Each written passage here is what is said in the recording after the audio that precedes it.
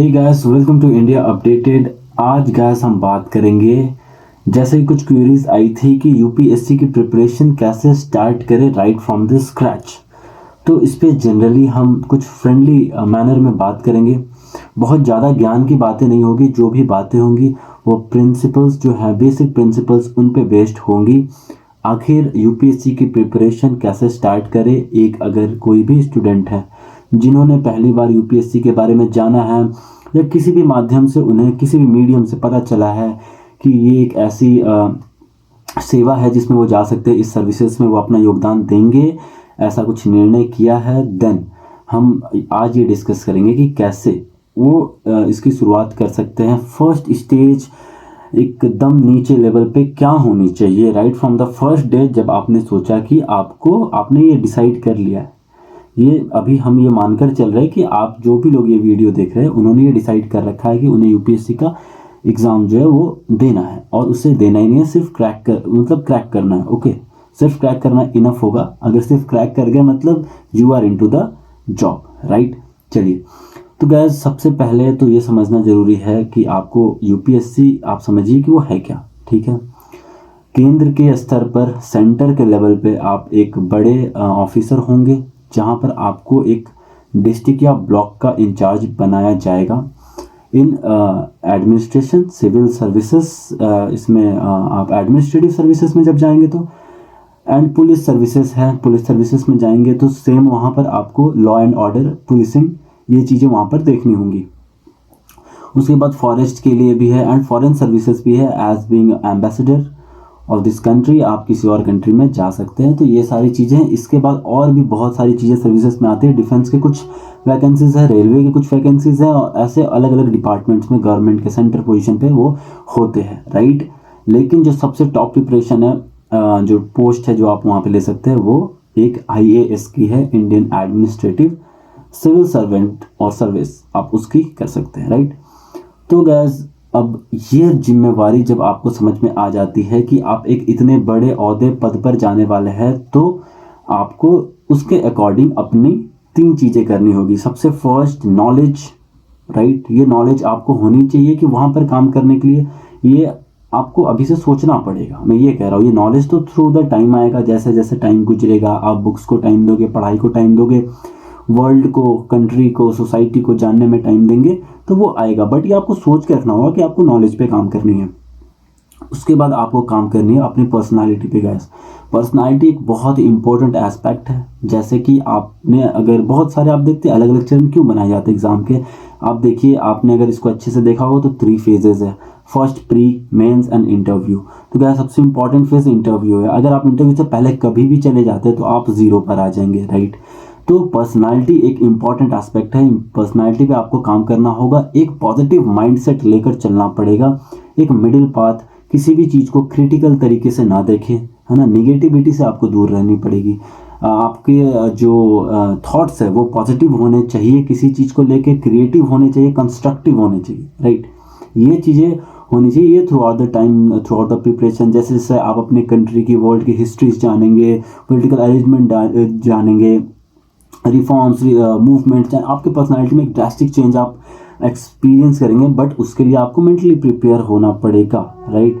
And जो third है वो है डिसिप्लिन। एक इम्पॉर्टेंट पार्ट है ये, इसको मैं आपको इसके लिए तो एक अलग से होनी चाहिए एक वीडियो, राइट। तो डिसिप्लिन पे भी हम बहुत अच्छे से बात कर सकते हैं, क्योंकि एक क्रूशियल पार्ट है। कंसिस्टेंसी इस डिसिप्लिन का ही पार्ट है। कंसिस्टेंट रहना इस एग्ज़ाम, इस प्रोसेस के लिए बहुत ज़रूरी है। जो आप कर रहे हैं वो आप लगातार कर सके। Revision is very important. Revise आपको करते रहना है।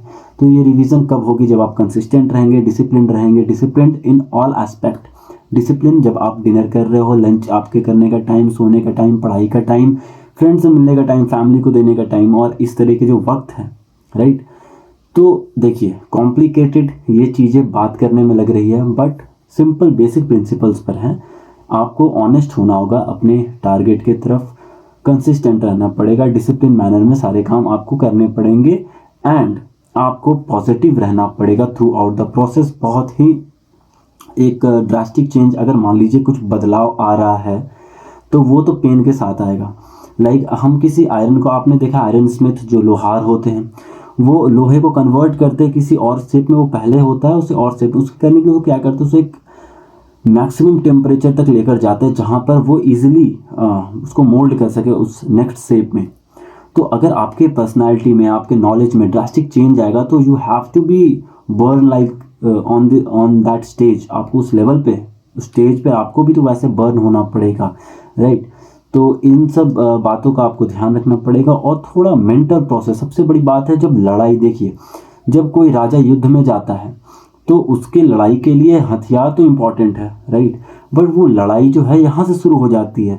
जिस पल वो डिसाइड करता है कि I am going for a war, वो क्या करते हैं कि यहाँ पर सोचना, यहाँ पर वो युद्ध शुरू होती है। तो ये एक वॉर नहीं है, दिस इज अ प्रोसेस। किसी भी प्रिपरेशन को वॉर समझकर नहीं करना है कि एक लड़ाई है, हमें इससे जीतना है, इससे कंपटीशन, किसी से किसी का कोई कंपटीशन नहीं है। देयर इज अ बेंचमार्क, आपको वो क्रॉस करना है, वो चाहे किसी भी लेवल के एग्जाम हो।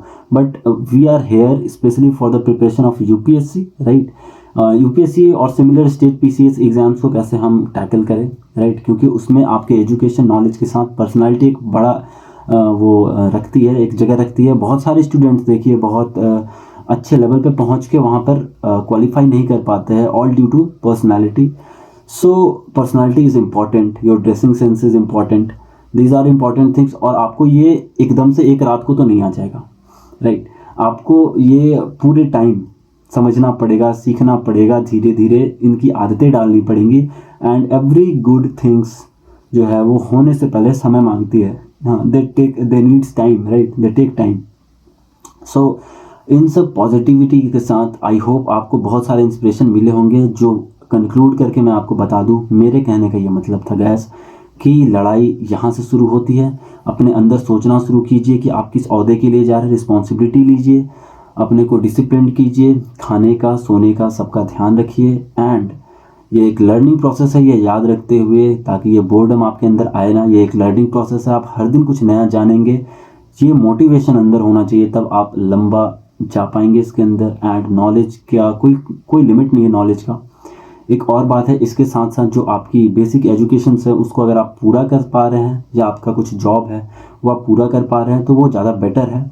और अगर ऐसा आपको फील होता है कि नहीं, वो कहीं आपको हिंडर कर रहे हैं आपके प्रिपरेशन को, देन आप उसे छोड़ सकते हैं। अगर साथ लेके चल सकते हैं, इससे बेस्ट कुछ नहीं हो सकता, राइट। तो अच्छे से आई होप आपको चीज़ें समझ में आई होगी, कुछ पॉजिटिविटी आप लेकर जा रहे होंगे। Thank you very much for the watching this video guys. Be updated with India updated.